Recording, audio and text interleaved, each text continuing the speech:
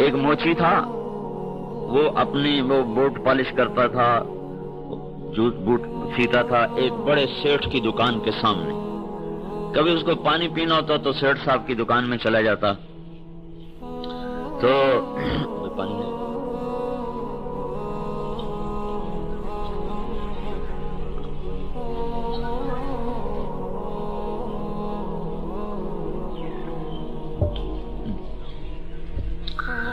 تو اندر کمرہ ٹھنڈا ہوتا ہے، اے سی ہے.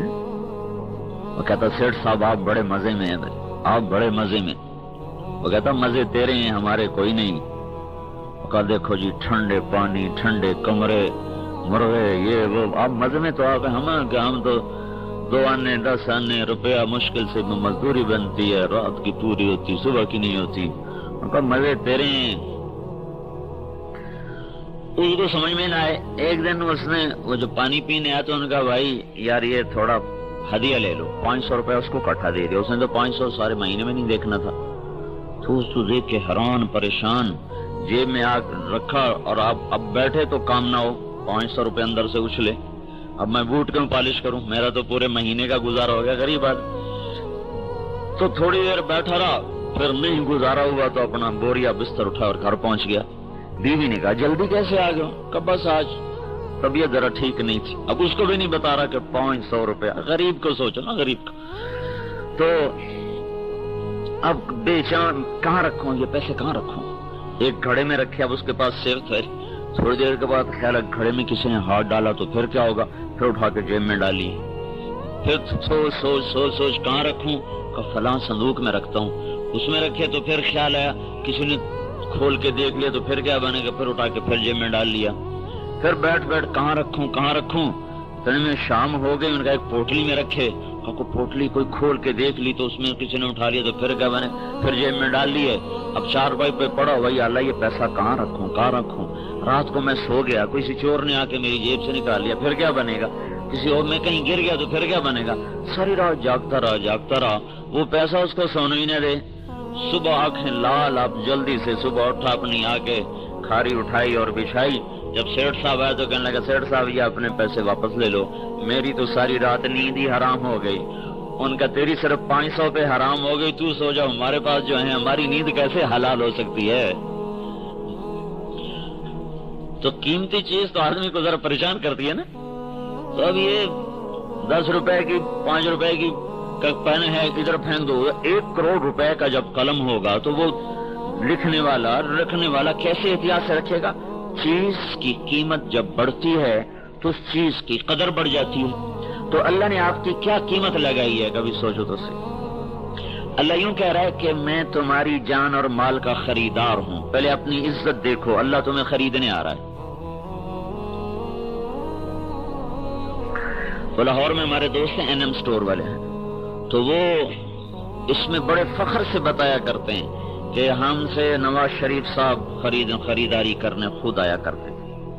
یہ اس کو ہمیشہ فخر سے بیان کرتے کہ میری دکان پر وزیر اعظم خود خریداری کے لیے آتے تھے. جب وہ آتے تھے تو ہم ان کے لیے ساری دکان خالی کر دیتے تھے، سب گاہکوں کو نکال دیتے تھے. تو اللہ تم سے خریدنے آ رہا ہے، کبھی سوچا ہے؟ ان اللہ اشترى من المؤمنین انفسهم واموالهم. مردان کی مومن عورتوں، مردان کے ایمان والے مردوں، اور میں تم سے کچھ خریدنا چاہتا ہوں، سودا دو گے مجھے؟ یا اللہ کیا خریدنا ہے؟ کہ تمہاری جان تمہارے مال کا خریدار ہوں. کیا دو گے میرے مولا؟ بِأَنَّ لَهُمُ الْجَنَّةَ. بالجنہ نہیں کہا، بِأَنَّ لَهُمُ الْجَنَّةَ. جب کسی چیز کی قیمت ایک دم زیادہ لگا دو تو اگلے کو اعتبار نہیں آتا. کتنی زیادہ کیسے اعتبار نہیں آتا کہ مذاق نہ کر رہا ہو، مذاق نہ کر رہا ہو. ایک دم جب بڑھ جائے قیمت تو اگلا یا حیران ہو جاتا ہے یا ویسے مر جاتا ہے. ایک آدمی کا وہ نکل آیا، وہ لاٹری نکل آئی، تو وہ اس کو وہ ڈاکیے کو اس نے کہا، اس ماسٹر نے بھی اس کو بتاؤ تمہاری لاٹری نکلی ہے 10 لاکھ کی، لیکن وہ غریب آدمی اس کو ایک دم نہ بتانا بیچارہ کہ اس کا کوئی اور اس کو نقصان نہ ہو جائے، آہستہ آہستہ بتانا اس کو. کہا جی اچھا. تو اس کے پاس آیا کہ جناب آپ کا 50,000 کا انعام نکلے، مجھے کیا دو گے؟ کہا جی آپ کو 1000 روپے آپ کو انعام دوں گا. کہ اگر آپ کا 1 لاکھ نکلے تو پھر کیا دو گے؟ کہا تو میں 5000 دوں گا. کہ اگر تمہارا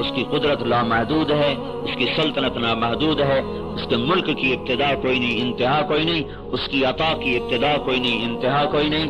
وہ اپنے خزانوں میں سے سب کچھ تمہیں دے دے تمہارا چاہا تو بھی ایک قطرے کے برابر کمی کوئی نہیں۔ لہذا فاعلم انہ لا الہ الا اللہ، سب سے پہلا علم یہ ہے کہ یہ دل کی گہرائیوں سے بولو کہ اللہ سب کچھ ہے، اللہ کا سب کچھ ہے، میں کچھ نہیں ہوں، میرا کچھ نہیں ہے۔ لا، یہ جو کہتے ہیں نا لا لا لا الہ لا الہ لا الہ، یہ لا ایک تلوار کی طرح ہے، اوپر سے آ رہی ہے، تلوار ہے نا، جیسے چھری سے گوشت کٹتا ہے، چھری سے گوشت کٹتا ہے اور آرے سے لکڑی کٹتی ہے، ایسے ہی اوپر سے لا کی تلوار چل رہی ہے، اور اللہ کو چھوڑ کر اس نے جو رکھا ہے نا اوپر اپنے وار کیا ہے نا میرے رب نے، تو عرش سے لے کر تحت الثری تک ہر چیز کو اللہ پاک نے کاٹ کے رکھ دیا کہ لا لا لا لا لا، کوئی کچھ نہیں، کسی کا کچھ نہیں، کوئی کچھ نہیں، کسی کا کچھ نہیں۔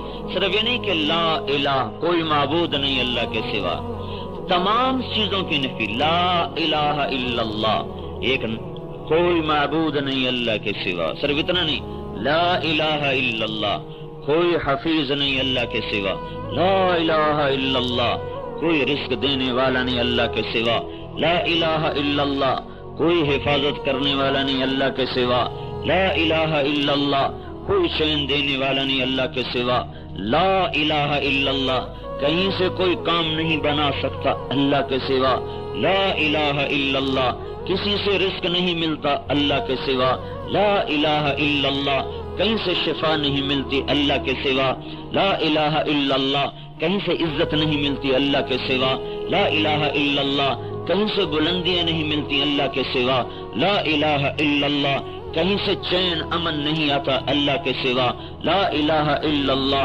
کہیں سے محبتیں نہیں ملتی اللہ کے سوا، لا الہ الا اللہ، کوئی نہیں نیچے کر سکتا اللہ کے سوا، لا الہ الا اللہ، کوئی زندگی نہیں دے سکتا اللہ کے سوا، لا الہ الا اللہ، کوئی موت نہیں دے سکتا اللہ کے سوا، لا الہ الا اللہ، کوئی مردے کو کھڑا نہیں کر سکتا اللہ کے سوا، لا الہ الا اللہ، ہر ایک سے لا لا لا لا، جیسے چھری کاٹ رہی ہے، کاٹ رہی دھاگے کاٹ رہی، ادھر سے ادھر سے ادھر سے، ہر چیز سے کٹ کر ابراہیم کا نعرہ لگاؤ، انی وجہت وجہی للذی فطر السماوات والارض حنیفا وما انا من المشرکین، میں نے سب سے منہ موڑا، میں نے سب سے مکھ موڑا، میں نے سب سے ناتا توڑا، اور میں رقضا الی اللہ من غیر ذات الا التقى وعمل المعاد، میں سب سے کٹا، میں اللہ سے جڑا، میں نے سب کو چھوڑا، میں نے اللہ کو پکڑا، میری سب سے کٹی میری اللہ سے جڑی، لیتک تحلو والایام مریرۃ ولیتک ترضى والانام غضاب، سارا جہان کڑوا ہو جائے رب میٹھا رہے، میرا کام بن گیا، سارا جہان ناراض ہو جائے میرا رب راضی ہو جائے، کام بن گیا، ولیت الذی بین وبینک عامر وبین وبین العالمین خراب، سارا جہان میرا ساتھ چھوڑ جائے اور اللہ میرا ساتھی بن جائے، میرا کام کوئی نہ بگڑا، میرے سارے کام بن گئے، فإذا صح منک الود فالکل ہیجن وکل الذی فوق التراب تراب، اگر میرے اور میرے اللہ کی محبت باقی ہے تو پھر سب کی جفا کی مجھے کوئی پرواہ نہیں، جفا ہو یا وفا ہو، غدر ہو یا وفا ہو، ہر چیز برابر ہے جب اللہ میرے ساتھ ہو گیا، جب اللہ میرے ساتھ ہو گیا، اللہ سے خریداری ہو رہی ہے، پہلی کیا بات ہے، اللہ نے جان لے دی، مان لے لیا، اب کیا کرو کہ اندر میں میرا ایمان پیدا کرو کہ اللہ سب کچھ، اللہ کا سب کچھ، کوئی کچھ نہیں، کسی کا کچھ نہیں، چاہتوں سے کرتا ہے، یمسسک اللہ بضر فلا کاشف له الا هو، وہ روکے تو کوئی دے نہیں سکتا، وَإِن يُرِدْكَ بِخَيْرٍ فَلَا رَادَّ لِفَضْلِهِ، اور وہ دے دے تو کوئی روک نہیں سکتا، بھڑکتی آگ ہے، لپکتے شعلے ہیں، اڑتی ہوئی چنگاریاں ہیں، سارا بابل انتظار میں ہے، یہ گیا ابراہیم، یہ اس کو پھینکا گیا توپ کے ذریعے سے، اس زمانے کی دیسی توپ، اور یہ اس کے ہاتھ بھی بندھے ہوئے ہیں، پاؤں بھی بندھے ہوئے ہیں، ننگے بدن ہے، یہ جا رہا ہے، یہ آگ کے اوپر آیا، اب سب کی نظریں لگ چکی، ابھی جلا، اب اس کی ہائے نکلے گی، اب اس کی چیخ نکلے گی، اور یہ انگاروں پر گرنے سے پہلے پہلے اس کا جسم ابل جائے گا اور آبلے پڑ جائیں گے، اور پھر انگاروں پر گرتے ہی ایک دم گوشت کی بدبو پھیل جائے گی، ہڈیاں چٹک جائیں گی، گوشت راکھ بن جائے گا، ہڈیاں راکھ بن جائیں گی، پھر ہم نعرہ لگائیں گے کہ ہم سے بڑا کوئی نہیں ہے۔ اس انتظار میں مرد بھی دیکھ رہے، عورتیں بھی دیکھ رہی، بچے بھی دیکھ رہے، نمرود بھی تخت شاہی پر اپنے محل کی بالکونی میں کھڑا ہوا دیکھ رہا ہے کہ بس ہو گیا کام، ہو گیا کام، آگ جلاتی ہے، آگ جلاتی ہے، اور میرے رب نے کہا فرأيتم النار التي تورون أأنتم أنشأتم شجرتها أم نحن المنشئون نحن جعلناها تذكرة ومتاعا للمقوين فسبح باسم ربك العظيم۔ یہ آگ تمہاری پیدا کردہ ہے، یہ تمہارے رب کی پیدا کردہ ہے، آگ تم نے بنائی، تمہارے اللہ نے بنائی، آگ تیرے امر سے جلاتی، تیرے رب کے امر سے جلاتی ہے، کیونکہ اللہ سامنے نہیں، جلنا سامنے ہے، اللہ سامنے نہیں، بھڑکنا سامنے ہے، اس کی قدرت آگ کے اندر کام کر رہی، جلاؤ جلاؤ جلاؤ، جو اپنی قدرت کو واپس لے گا وہ ٹھنڈی۔ اب سارے دیکھ رہے، وہ گیا وہ گیا وہ گیا وہ گیا، اب جلا، اب ایک دم آنکھیں پھٹ گئیں، ایک دم آنکھیں پھٹ گئیں اور سناٹا طاری ہو گیا، اور کیا دیکھ رہے ہیں کہ آگ ایک دم، آگ نے رنگت بدلی، وہ سرخ اور سیاہ سے سفید ہو گئی، تاکہ سارا جہان دیکھ لے کہ اللہ کون ہے، اللہ کیا ہے، اللہ کون ہے، اللہ کیا ہے، اللہ اللہ ہے۔ اللہ کی قسم ہم بڑے جاہل لوگ، ہم بڑے پڑھے لکھے لوگ ہیں جی، ہاں ہم نے دنیا پڑھی ہے، لیکن ہم بڑے جاہل لوگ ہیں، ہم نے اللہ کو نہیں جانا، ہم نے اللہ کو نہیں جانا، اللہ کو نہیں جانا، اللہ کو نہیں پہچانا، ہائے ہائے اللہ کو نہیں پہچانا۔ علم باج کرے فقیری، کافر مرے دیوانہ ہو۔ ارے اللہ کی پہچان کے بغیر بھی کبھی کسی نے کوئی سفر طے کیا، کوئی منزل تک پہنچا؟ ایک دم آگ سفید ہو گئی، شفاف، اور ابراہیم علیہ السلام آگ میں گر نہیں رہے، الٹے نہیں جا رہے، سیدھے نہیں جا رہے، کلا بازیاں کھاتے نہیں جا رہے، بلکہ آگ نے یوں تھاما جیسے ماں بچے کو ہاتھوں پہ تھامتی ہے، اور جا کر آرام سے انگاروں پر بٹھا دیا۔ دیکھنے والوں نے دیکھا، سننے والوں نے سن نہ سکے، سننے والے سن نہ سکے کہ ایک اوپر سے پیغام آیا، ایک آواز آئی جو صرف آگ نہیں سنی، کسی نے نہیں سنی، یا نار کونی بردا وسلاما علی ابراہیم، یا نار اے آگ، چونکہ یا نارو تھا، یا نار اے آگ، الف لام نہیں تھا نا، ساری دنیا کی آگ کو جیسے خطاب ہو گیا۔ تو ایک حدیث میں آتا جب اللہ نے کہا یا نار کونی بردن و سلاما، ساری دنیا کی آگ 3 دن کے لیے ٹھنڈی ہو گئی تھی، 3 دن تک کسی جگہ چولہا نہیں جل سکا۔ ایک روایت میں نے پڑھا کہ اللہ تعالیٰ نے فرمایا اگر تو نے ابراہیم کو تکلیف پہنچائی تو یہ واپس جہنم کی آگ میں پھینک دوں گا۔ 3 دن تک دنیا میں آگ نہ جل سکی، اور نار ابراہیم میں ابراہیم علیہ السلام 40 دن آرام سے بیٹھے ہوئے، ایک امر آیا کونی بردن، بردن کہنا تھا کہ ابراہیم کانپنے لگے، اتنی تیزی سے اس کی تعمیل ہوئی، وسلامن، سلامتی کا حکم آیا تو معتدل ہو گئی، اور ایک دم اوپر سے جبریل آئے، پر مارا پانی کا چشمہ، پر مارا انار کا درخت، اور جوڑا پہنایا، جنت سے جوڑا لا کے پہنایا۔ وہ جوڑا یہ وہی جوڑا ہے جو یوسف علیہ السلام نے دیا تھا کہ جاؤ جاؤ یہ میرا کرتا میرے باپ کی آنکھوں پہ لگانا، وہ ٹھیک ہو جائے گا۔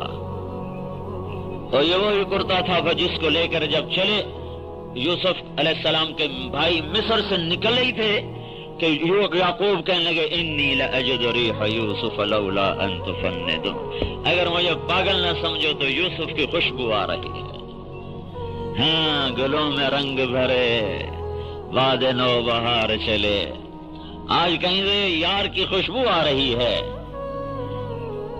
تو وہ کہنے لگے تاللہ انک لفی ضلالک القدیم، تو وہ پرانی اپنی باتوں پر آیا با، اور مر کھپ گیا،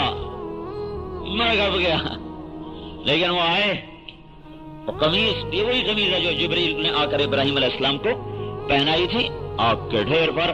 ساری دنیا کی کیمسٹری کا علم فیل ہو گیا، کیمسٹری، بایو کیمسٹری، کیمسٹری کا علم یہ کہتا ہے کہ آگ اور گوشت کے ملنے پر کیمیکل ریئیکشن ہو کر گوشت کو جلنا چاہیے، ہڈیوں کو جلنا چاہیے، میرا اللہ کہتا ہے نہیں جلنے دوں گا، جلا کے دکھاؤ، نہیں کرنے دوں گا، کر کے دکھاؤ، کر کے رہوں گا، روک کے دکھاؤ۔ فرعون کی چھری چل رہی ہے، فرعون موسیٰ کو ذبح کرو، موسیٰ کو ذبح کرو، موسیٰ کو ذبح کرو، اللہ نے کہا کر کے دکھاؤں گا، تیری گود میں بدبخت، تیری گود میں اے بدبخت اسے پال کے دکھاؤں گا۔ اور موسیٰ سے کہہ دیا اِنَّا رَادُوهُ إِلَيْكَ وَجَاعِلُوهُ مِنَ الْمُرْسَلِينَ، غم نہ کرنا، واپس لاؤں گا، تیری گود میں بٹھاؤں گا، تجھے اس کو نبی بناؤں گا، تو دیکھ لے گی تیرا بیٹا نبی ہوگا۔ کرنے پر آ جائے روکے کون، روک لے تو کرے کون؟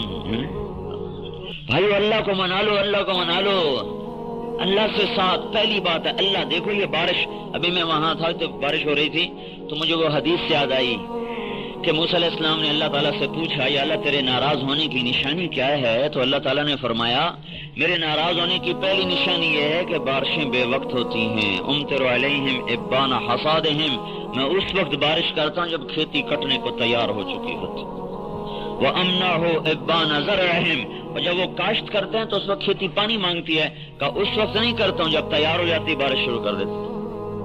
تو وہاں بارش ہو رہی تھی تو مجھے یہ حدیث یاد آ رہی تھی کہ اللہ نے فرمایا جب میں ناراض ہوتا ہوں تو امطر علیہم ابان حصادہم، لاؤڈ اسپیکر پہ اعلان نہیں کرے گا کہ مردان والوں میں غصے ہوں، ناراض ہوں، وہ یہ کرے گا جو اب کر رہا ہے۔ بادلوں سے اس وقت بارش برس رہی ہے جب ہمارے پنجاب میں مشہور ہے کہ اس موسم میں تو سونے کی بارش بھی برداشت نہیں ہے، سونے کی بارش بھی قبول نہیں ہے، سارے سال کا رزق اب تیار ہوا پڑا ہے، یہی بارشیں چلتی نہیں تو اندر ہی گلا کے رکھ دے گا۔ تو موسیٰ علیہ السلام سے فرمایا جب میں ناراض ہوتا ہوں بارشیں اس وقت کرتا ہوں جب کھیتی پک جاتی ہے، اور اس وقت روک لیتا ہوں جب ضرورت ہوتی ہے، اور میں پیسہ بخیلوں کو دیتا ہوں اور حکومت بے وقوفوں کو دیتا ہوں۔ جب میں ناراض ہوتا ہوں تو یہ کام کرتا ہوں۔ تو بھائیو اللہ سے سودا کیا ہے، اللہ کو راضی کرو۔ پہلی چیز ایمان کو دل میں اتارنا ہے، چمی گویم مسلمانم بلرزم کہ دانم مشکلات لا الارا، جب میں لا الہ الا اللہ کہتا ہوں تو میرا وجود کانپنے لگتا ہے، تو لوگ مجھ سے پوچھتے ہیں کیوں کانپتے ہو؟ تو میں کہتا ہوں تمہیں پتہ نہیں ہے جو میں کہہ رہا ہوں لا الہ الا اللہ، مجھے اس بول کا پتہ ہے، اس بول کا وزن میرے جسم میں لرزہ طاری کر دیتا ہے۔ یہ وہ بول ہے کہ ساتوں زمین آسمان ایک پلڑے میں ہو، صرف لا الہ الا اللہ ایک پرچے پر ایک پلڑے میں ہو۔ لا الہ الا اللہ کتنی پرچی پہ آ جائے گا؟ اتنی سی پرچی پہ لا الہ الا اللہ ایک طرف، ترازو اٹھاؤ، دوسری طرف ترازو کتنا بڑا ہو کہ ساتوں زمینیں اس میں آ جائیں، سمندر بھی آ جائیں، دریا پہاڑ جنگل بھی آ جائیں، پھر پہلا دوسرا تیسرا آسمان بھی آ جائے، چوتھا پانچواں چھٹا ساتواں آسمان بھی آ جائے، پھر کرسی اس میں رکھو، پھر عرش بھی رکھو، پھر قلم بھی رکھو، لوح محفوظ بھی ڈالو، پھر جنت بھی ڈالو، پھر دوزخ بھی ڈالو، پھر فرشتے بھی ڈالو، جبریل میکائیل اسرائیل اسرافیل بھی ڈالو، جنت کے ساز و سامان بھی اس میں ڈالو، اللہ کو چھوڑ دو باقی ہر چیز اس میں ڈال کے اس کو اٹھاؤ تو میرا اللہ کہتا ہے لا الہ الا اللہ کا پلڑا جھک جائے گا، یہ اٹھ جائے گا۔ لا رجحت بہن لا الہ الا اللہ، تو میرے آپ کے نبی پاک صلی اللہ علیہ وسلم فرماتے ہیں لا رجحت بہن لا الہ الا اللہ، تو لا الہ الا اللہ وزنی ہو جائے گا، یہ ہوا میں اڑ جائے گا۔ جو مرد عورت لا الہ الا اللہ کو زبان سے اتار کر دل تک پہنچا دیں گے ان کی زندگی بدل جائے گی، ان کا سودا اللہ سے پکا ہو جائے۔ اس کو اخلاق نہیں کہتے، چاہے اس کا کعبہ اس کا، یہ اس کا مسکے کا نام اخلاق نہیں ہے۔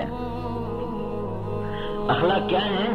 توصل من قطعک، کیونکہ ہمارے نبی نے فرمایا ابو ہریرہ سے، ابو ہریرہ اپنے اخلاق ٹھیک کرو، کہ یا رسول اللہ اچھے اخلاق کیا ہوتے ہیں؟ تو آپ نے ارشاد فرمایا توصل من قطعک، جو تم سے توڑے اس سے جوڑو، وتعطی من حرمک، جو تیرا حق مار لے تم اس کا حق ادا کرو، وتعفو عن من ظلمک، جو تم پر زیادتی کرے اس کو معاف کر دو۔ اريد ان يكمل ایمانی، میں ایمان کامل بنانا چاہتا ہوں۔ کیسے ہوگا؟ کا اخلاق اچھے کر۔ ہمارے اخلاق کون سے ہیں؟ جو پخیر کہے اس کو پخیر کہو، جو پخیر نہ کہے اسے نہ کہو، ایسے ہی کہ نہیں؟ جو ستڑے ماشا کرے اس کو تم بھی تڑا ماشا کرو، جو تمہیں تڑا ماشا نہ کرے تم بھی نہ کرو، اس کو تولے ماشے میں دھکا دے دو۔ جو تمہارا حال پوچھنا ہے اس کا حال پوچھو، جو نہ پوچھنا ہے نہ پوچھو۔ یہ اخلاق نہیں ہے، یہ کاروبار ہے، کاروبار، پالیسی ہے، پالیسی، معاملہ ہے، معاملہ، ڈیل ہے، ڈیل۔ جس نے سلام کیا ہم نے سلام کیا، جس نے نہیں کیا ہم نے کوئی نہیں کیا، جو میں پوچھنے ہم پوچھنے چلے گئے، جو نہیں آیا ہم نہیں گئے۔ اخلاق اس سے عالی درجہ بتایا جا رہا، تصل من قطعک وتعطی من حرمک وتعفو عن من ظلمک، توڑنے والے سے جوڑو۔ سنو بتا دوں، 100 نفل پڑھنے آسان ہے، جو منہ موڑ کے گزر جائے اس کو سلام کرنا مشکل ہے۔ 1 سال پیدل سفر کروا لو، نفس سے کرے گا۔ جو حال پوچھنے نہیں آتا نا، اس کا حال پوچھنے 2 قدم نہیں جائے گا چل کے۔ ساری رات طواف کرنے کو تیار ہے، ساری رات طواف کرنے کو اس کا نفس تیار ہو جائے گا، لیکن جو اس کی بیماری پر اس کو پوچھنے نہیں آیا، اس کو پوچھنے کوئی نہیں جائے گا، ساتھ میں اس کا گھر ہے۔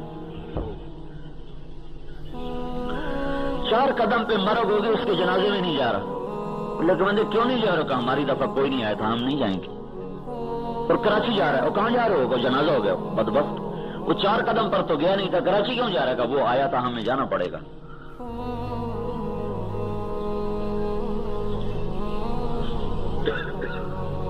تو یہ اخلاق نہیں ہے جو ہمارے چل رہے ہیں۔ ہمارے پتہ ہے ہمارے پنجاب میں دیہاتوں میں جو ہمارا جو زمیندارہ کلچر ہے، اس میں چونکہ مخصوص لوگ ہیں نا، تو دیکھتے رہتے ہیں ایک آدمی مر گیا تو وہ دیکھتے ہیں نظروں میں کون آیا جنازے میں، نظر میں ہوتا ہے۔ اس میں بڑا حافظہ ان کو یاد وہ ہوتا ہے، یاد سنا کا جی یاد ہی نہیں ہوتی، حافظہ کمزور ہے۔ یہ سارا یاد ہے، فلاں موقع پر اس نے ہمارے ساتھ یہ کیا تھا، فلاں موقع پر یہ کیا تھا، یہ کہا تھا، وہ کہا تھا۔ جو جنازے میں آئے گا ان کا کوئی مرے گا تو اس کے جنازے میں جائیں گے، جو جنازے سے اگلے دن آئے گا نا تو یہ اگر گھر میں موجود بھی ہوں گے نا تو اس کے جنازے میں نہیں جائیں گے، اگلے دن جائیں گے۔ اتنا حساب کتاب رکھتے ہیں۔ ہمارے ہاں مثال ہے، قدموں کے قدم، قدموں کے قدم، جو آئے وہاں جاؤ، قدم کے قدم، جو قدم اٹھا کے آئے تم بھی قدم اٹھا کے جاؤ، جو نہ آئے نہ جاؤ۔ یہ اسلام کا اخلاق نہیں ہے،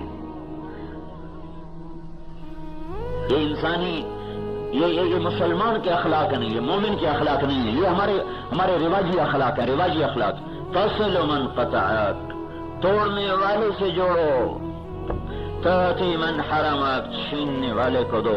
اندازہ لگاؤ 20 سال ہو گئے تھے قریش مکہ کو لڑتے ہوئے، خندق کی لڑائی میں کتنی تکلیف آئی اللہ کے نبی کو، اور خندق کے بعد مکے میں قحط پڑا تو اللہ کے نبی نے مدینے سے غلہ بھیجا، مدینے سے پیسے بھیجے، 300 دینار ابو سفیان کو بھیجے جو اوت میں لشکر کا سردار اور خندق میں لشکر کا سردار بن کے آ رہا تھا، اس کو بھیجے کہ مکے والوں میں قحط آ گیا، کھلا دو۔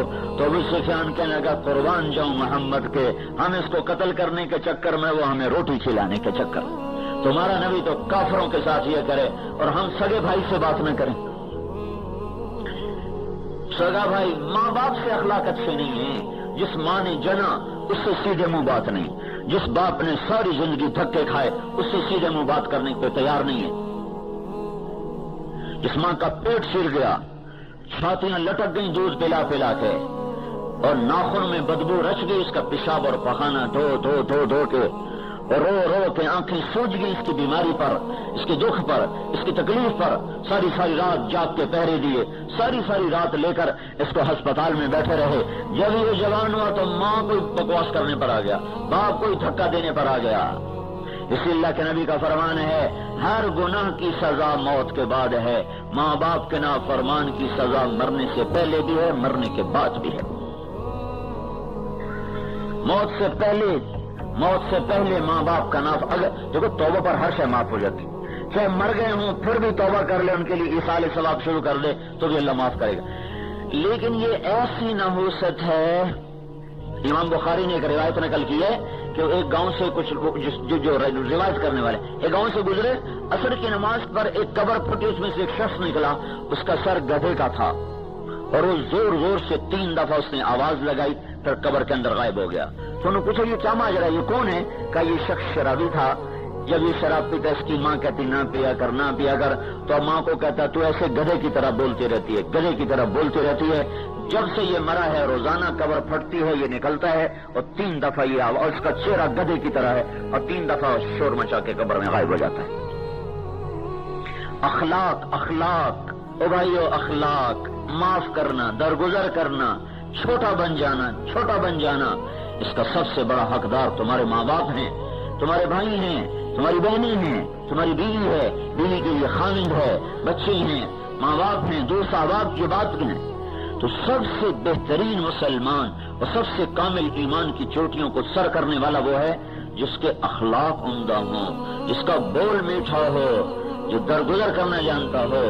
اللہ نے تبلیغ کے لیے بھی یہ کہا ہے 2 گنے اخلاق پیدا کرو پھر جا کے تبلیغ کرو، 2 حصے اخلاق ہو، 1 حصہ تبلیغ ہو، پھر تبلیغ کا کام چلے گا، ورنہ نہ اللہ قبول کرے گا نہ لوگ قبول کریں گے۔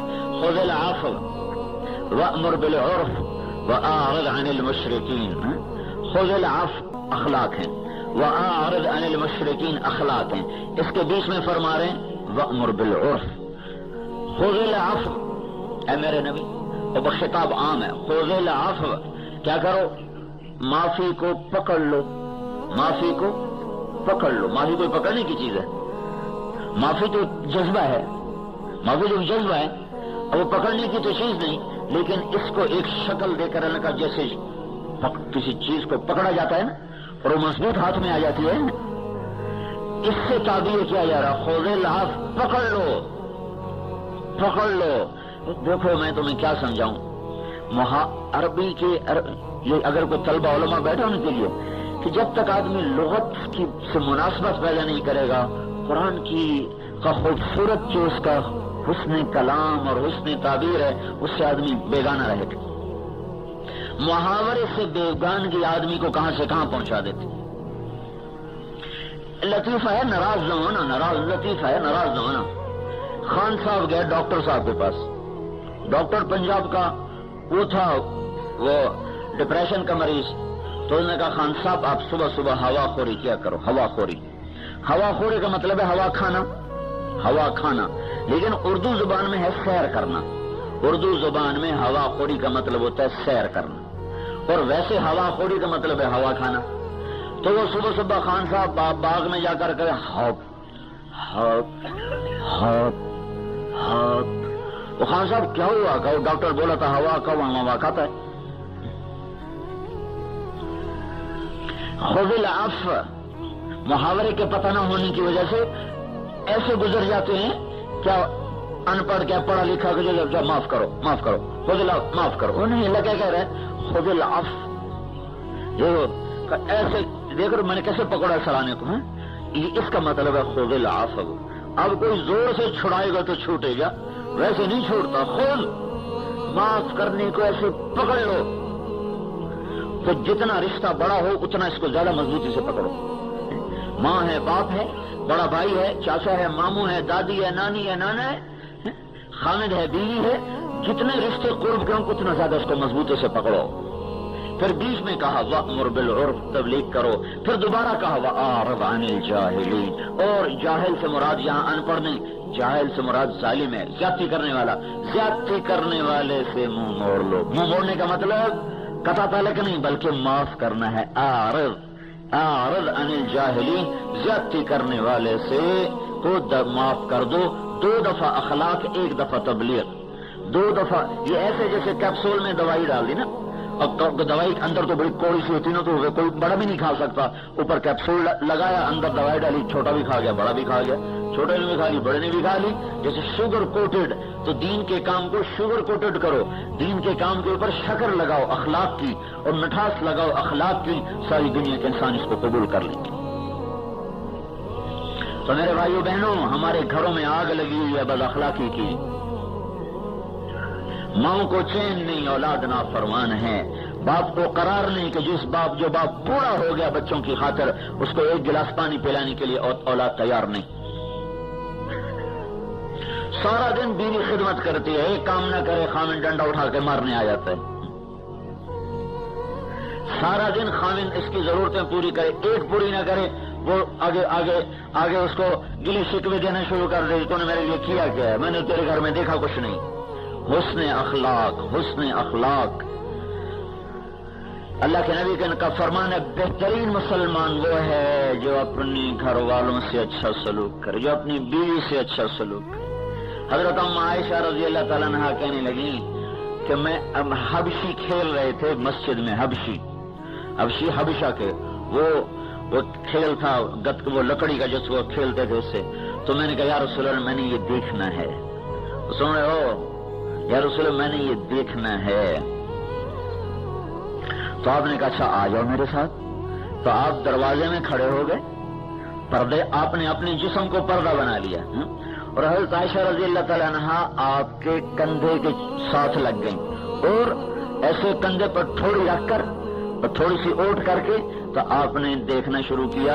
اور حضرت عائشہ فرماتی ہیں جب تک میں نہیں ہٹی اللہ کے نبی کھڑے مجھے دکھاتے رہے. تم تو بیویوں کو تالے لگا کے چلے جاتے.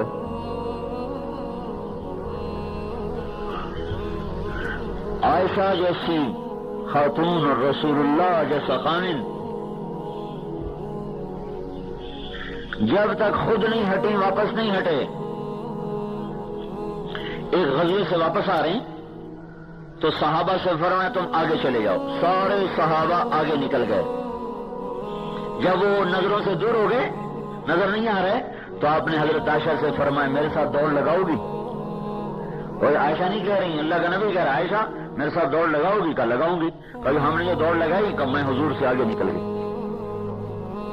کوثر میں ذرا پتلی تھی تو میں ایسی تیز نہیں کہ میں آگے نکل گئی. پھر کافی عرصہ گزر گیا تو ایک جہاد سے واپس آ رہے تھے تو آپ نے لشکر سے کہا سب آگے چلے جاؤ. وہ سارے آگے چلے گئے یہاں تک کہ نظروں سے دور ہو گئے. پھر آپ نے کہا عائشہ دوڑ لگاؤ گی؟ میں نے کہا لگاؤں گی. پرسوں میں ذرا موٹی ہو گئی تھی، دوڑ لگائی تو ہمارے نبی آگے نکل گئے، میں پیچھے رہ گئی. تو کہا دیکھ لے پھر آج ہم نے بدلہ لے لیا ہے. کیسی خوبصورت زندگی ہے یہ. دین صرف اسی کا نام تو نہیں ہے کہ نماز پڑھ لی، پگڑی باندھ لی، پچیلا لگا لیا اور مسجد میں ٹائم دے دیا. گھر کا دین کون سا ہوگا؟ دیکھو تمہیں دو روایتیں سناتا ہوں بالکل ایک دوسرے سے مختلف. ایک ہی ہستی کے بارے میں دو باتیں بالکل مختلف. ہندو بن ابی حالہ سے حضرت امام حسن پوچھ رہے ہیں کہ حضور پاک صلی اللہ علیہ وسلم کیسے تھے؟ تو وہ کہہ رہے ہیں کان دائم الفکر متواصل الاحزان. اللہ کے نبی ہر وقت فکر میں اور ہر وقت غمگین. یہ ہند بن ابی حالہ کی روایت، صحیح روایت کہ امام حسن پوچھ رہے ہیں کہ ماموں ہند بن ابی حالہ، ہند یہ حضرت خدیجہ کے بیٹے ہیں، ابو حالہ پہلے خامن، دوسرے خامن جو تھے حالہ اس کے بیٹے ہیں، اس لیے ان کو ماموں کہا کرتے تھے امام حسن حسین وغیرہ. تو وہ فرمایا کہ اللہ کے رسول کیسے تھے؟ تو کہا بیٹا اللہ کے رسول ہمیشہ گہری سوچ میں رہتے تھے اور ہمیشہ غمگین رہتے تھے. اب دوسری روایت سنو. حضرت عائشہ رضی اللہ تعالیٰ عنہا سے ایک خاتون پوچھ رہی ہیں کہ اللہ کے نبی گھر میں کیسے تھے؟ تو ارشاد فرمایا کان ضحاکن بسامن. اللہ کے نبی بڑے ہنسنے والے تھے، بڑے مزاح کرنے والے تھے، بڑا جی لگانے والے تھے. ضحاکن بسامن، چہرہ ہر وقت خوش، چہرہ کھلا ہوا، چہرہ کھلا ہوا، چہرہ ہنستا ہوا، مسکراتے ہوئے، ہنسی مزاح کرتے ہوئے. اب بتاؤ ایک روایت کہہ رہی ہے ہر وقت ہنستے ہوئے، دوسری روایت کہہ رہی ہے ہر وقت غمگین ہیں. ایک ہستی کے دو روپ ہیں. ایک روپ گھر کا ہے جس میں آپ ہنستے ہیں مسکراتے ہیں، ایک روپ بازار کا باہر کا ہے جس میں آپ سنجیدہ ہیں غمگین ہیں. جب آپ گھر میں آتے ہیں تو وہ روپ باہر، وہ کپڑے باہر اتار دیتے ہیں اور گھر آ کر وہ لباس پہنتے ہیں جو گھر والوں کی ضرورت ہے. ہن لباس لکم وانتم لباس لہن. کیا اللہ پاک نے کمال کیا ہے میاں بیوی کے آپس کے جوڑ کو بتانے کے لیے جو لفظ استعمال کیے ہیں ہن لباس لکم وانتم لباس لہن. انتہا یعنی اس کو اچھی طرح تعبیر کرنے کے لیے اردو زبان میں زور لگانا پڑے گا، زور جو میرے پاس ہے نہیں. ہن لباس لکم وانتم لباس لہن. یہ تمہارا لباس ہیں، تم ان کا لباس ہو. عورت کا ذکر پہلے کیا، تمہارا ذکر بعد میں کیا. ہن لباس لکم، یہ تمہارا لباس ہیں. لباس سے کیا ہوتا ہے؟ زینت پیدا ہوتی. لباس سے کیا ہوتا ہے؟ پردہ ہوتا ہے. لباس سے کیا ہوتا ہے؟ گرمی سردی سے بچاؤ ہوتا ہے. لباس سے کیا ہوتا ہے؟ انسان معاشرے میں بیٹھ سکتا ہے، مجلس میں بیٹھ سکتا ہے، اور پتہ نہیں اس میں کتنے اشارات چھپے ہوئے ہیں. لباس، لفظ لباس بتانا یہ تھا کہ آپس میں اس طرح پیار محبت سے رہو. اپنا کرتا کبھی پھاڑا؟ کبھی کوئی پاگل ہو جائے تو کرتا پھاڑتا ہے؟ اگر کرتے پر نشان پڑ جائے تو اگلے کو کہتے یار دیکھو تو نے میرا کرتا ہی خراب کر دیا. بعض اوقات تو جلدی میں اٹھتے ہیں نا تو اپنے ہی ہاتھ سے نا یہ کرتا پھٹ جاتا ہے تو خود افسوس ہوتا ہے یار دیکھو کرتا ہی پھٹ گیا، کرتا ہی پھٹ گیا ہے. اپنے ہاتھوں سے کوئی اپنا لباس پھاڑتا ہے تو اللہ یوں کہہ رہا تم کیسے پاگل ہو کہ اپنے کرتے کو تو حفاظت کرتے اور بیوی کے ساتھ بدتمیزی کرتے ہو. اور بیوی کو سمجھا رہا ہے کہ اپنی زیب و زینت کی تو حفاظت کرتی اور خامد کے ساتھ بدتمیزی کرتی ہے. ہن لباس لکم وانتم لباس لہن. بہترین مسلمان جو گھر والوں سے حسن سلوک کرے، جس کے گھر میں بیٹی پیدا ہو اور وہ برا نہ منائے تو آسمان سے ایک فرشتہ اترتا ہے اور وہ اس کے اوپر پر بچھا دیتا ہے، ماں پر بھی بیٹی پر بھی، اور یوں کہتا ہے تو بھی کمزور تیری ماں بھی کمزور، جو تم دونوں پہ خرچ کرے گا اللہ اس کا ساتھی بن جائے.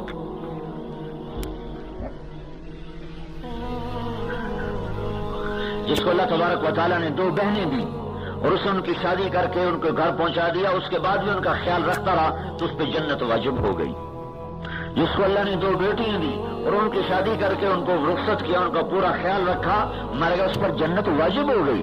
جس کو اللہ نے 1 بیٹی دی اس کی شادی کر دی، اس کو پروان چڑھایا، پرورش کی، شادی کی، اس کو گھر پہنچایا، آپ نے وہ اور میں جنت میں یوں اکٹھے ہو گئے.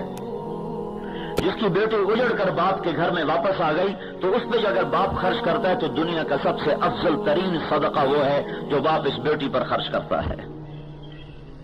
ہر نوعیت میں اللہ تعالیٰ نے عورت کو کس طرح اجاگر کیا ہے.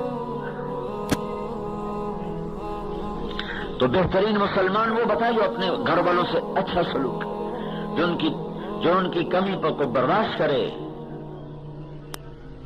عربوں میں دستور تھا عورتوں کو مارتے تھے، پھر ایسا خوار کرتے تھے اور 10 شادیاں، 20 شادیاں، جب چاہا طلاق دے دی، طلاق کے بعد پھر چاہا واپس کر لیا اور طلاق دے کے بیچ میں کھڑا کر دیا، بالکل خوار کا. تو اسلام نے آ کر حدود 3 طلاق کے بعد اگر دوبارہ قدم اٹھایا تو تیرا پر عورت حرام ہو چکی ہے. یہ عورت کی عزت نفس ہے، یہ عورت کی عزت نفس ہے کہ تو 3 دفعہ اس کو کہہ چکا ہے اب یہ تیرے قریب نہیں آ سکتی. جاؤ اپنی اس غلطی پر خود بیٹھ کے اب آنسو بہاؤ، اللہ نے حق دیا. پھر چونکہ اسلام معاشرت تو آہستہ آہستہ معاشرت تو مدینے میں جا کے بنی ہے تو پھر عورتیں آ کر شکایت کی یا رسول اللہ ہمیں مارتے ہیں ہمارے خاوند. پھر آپ نے ایک دفعہ سب کو سخت ڈانٹا اس بات پر کہ تمہیں کیا ہو گیا، تم ایسی بدتمیزی کرتے ہو کہ ان کو مارنے لگ جاتے جو تمہارے لیے سب کچھ اپنا قربان کر کے رکھ دیتی. پھر قرآن نے عورت کی وراثت پہلے بیان کی، مرد کی بعد میں بیان کی. تو وراثت کا کھا جانا تو ہلاکت و بربادی ہے. ہمارے یہاں بھی ایسا ہوتا ہے کہ ساری جائیداد نا بیٹوں کے نام لگا دیتے، شروع سے بیٹوں کے نام لگا دیتے تاکہ موت پر بیٹیوں کو جھگڑا ہی کوئی نہ ہو. جو لوگ یہ کر رہے ہیں میں نے ان کو بڑا خوار ہوتے دیکھا ہے. میں تمہیں کیا بتاؤں، ہمارے علاقے کا بڑا زمیندار 500-600 ایکڑ کا مالک، اور اس نے 1945-46 میں جو گھر بنایا تھا اس پر 1 لاکھ روپیہ لگایا تھا. اس وقت 1 لاکھ روپے اس نے ساری جائیداد بیٹوں کے نام کر دی، بیٹیوں کو نہیں دیا. جب بیٹے بڑے ہو گئے تو انہوں نے باپ کو گھر سے نکال دیا. پھر باپ نے کہاں زندگی گزاری، اس گھوڑوں کا بڑا شوقین تھا، وہ گھوڑوں کا استبل صاف کروا کے زندگی کے 15 سال استبل میں گزارے. ٹھیک ٹھاک کر کے تھوڑی سی گزاری کی زمین اپنے لیے اس نے رکھی ہوئی تھی، استبل میں زندگی گزاری. استبل میں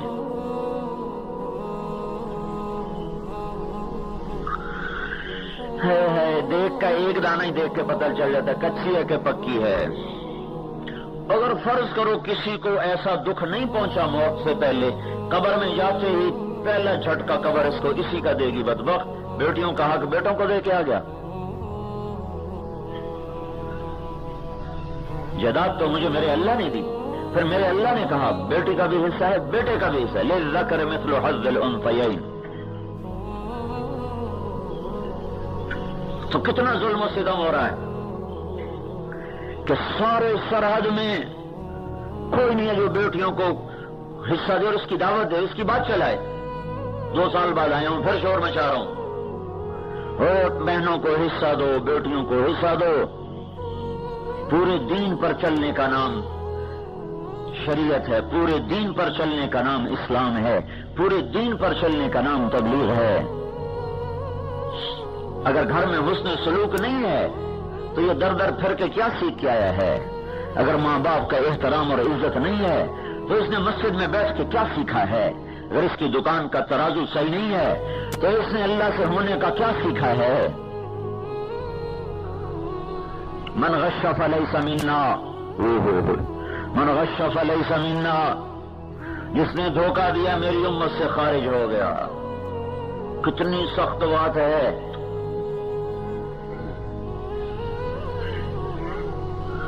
تو میرے بھائیوں, حضرت محمد صلی اللہ تبارک و تعالی علیہ وسلم پاک زندگی لے کر آئے جس میں ایمان کا کمال کیا ہے؟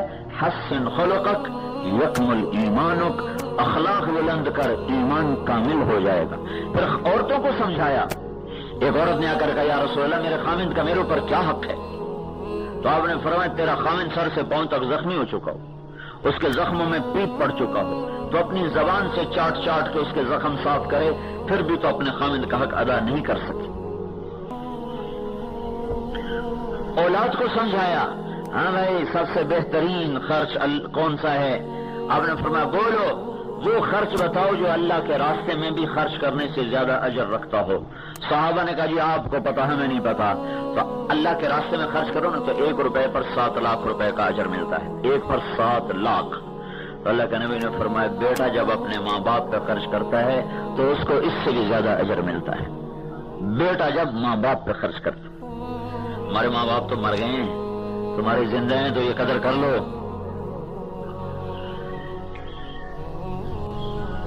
دعا لے لو کسی طرح دعا. سسر بھی باپ ہوتا ہے, ساس بھی ماں ہوتی ہے, ان کو بھی وہی عزت و احترام دو. عجیب بات ہے, اپنے ماں باپ کی خدمت کرواتے ہیں اور بیوی کے ماں باپ کو ذلیل کرتے ہیں. کہتے میری ماں کے آگے اف نہ کر, میرے باپ کے آگے چو نہ کر, اور خود اپنے سسر کو آنکھیں دکھاتا جیسے دشمن کھڑو. بیٹی اپنے ہاتھوں سے روانہ کر اسی سے ٹکر لیے.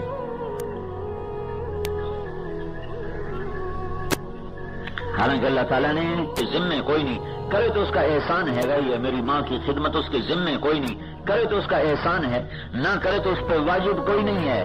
میرے ذمے ہے, میں دکان سے وقت نکالوں, میں اپنے دفتر سے, گھر سے, مسجد سے وقت نکالوں. اپنے ماں باپ کو وقت نہ دینا یہ کیسی عجیب بات ہے. کئی بار تبلیغ کام اتنی مصروفیت ہوگی کہ ماں باپ کے لیے بھی وقت کوئی نہیں بچا. دکان میں اتنی مصروفیت ہوگی کہ ماں باپ کے لیے وقت کوئی نہیں بچا. ہسپتال میں اتنی مصروفیت ہے کہ ماں باپ کے لیے وقت کوئی نہیں. بند کرو اس کو. موسیٰ علیہ السلام نے پوچھا یا اللہ میرا جگہ ساتھی کون ہے؟ اللہ کا فلاں کا جنت کا ساتھی. موسیٰ علیہ السلام حیران ہوئے, کسائی میرا ساتھی کیسے بن گئے؟ بازار میں چلے گئے, دیکھا کسائی اپنا گوشت بیچ رہا ہے. شام ہوئی تو اس نے گوشت کا ٹکڑا اٹھایا اور چل پڑا. موسیٰ علیہ السلام کہنے لگے تیرے ساتھ آ جاؤں, کہنے لگا آ جاؤ. اس کو نہیں پتا یہ موسیٰ ہے. گھر گیا, وہ گوشت کا ٹکڑا اس نے صاف کیا, پکایا, پھر آٹا گوندا, روٹی پکائی. تھے بیوی موجود ہے, کام سارے خود کر رہا ہے. آٹا گوندا, روٹی پکائی, سالن پکایا. پھر بوڑھی عورت بیٹھی تو اس کو کندھا دے کے بٹھایا, پھر نوالے بنا کے اسے کھلایا, پھر اس کا منہ صاف کیا, دعا دی. وہ اس کو لٹا دیا.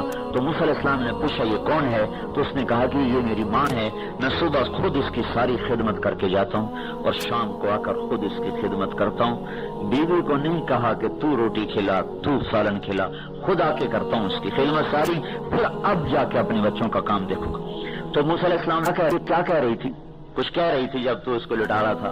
وہ کہنے لگا یہ باجی ماں جو ہوئی, ماں جو ہوئی ہے, ماں جو ہوئی پاگل. جب اس کی خدمت کرتا ہوں تو مجھے دیتی اللہ تجھے موسیٰ کا جنت میں ساتھی بنا تھا. میں کہاں اور موسیٰ کہاں ہے, میں کہاں اور موسیٰ کہاں. بھائیو, مجھ سے تو یہ چھین گئی ہے دولت, تم میں سے کسی کے پاس ہے تو ضائع نہ کرنا.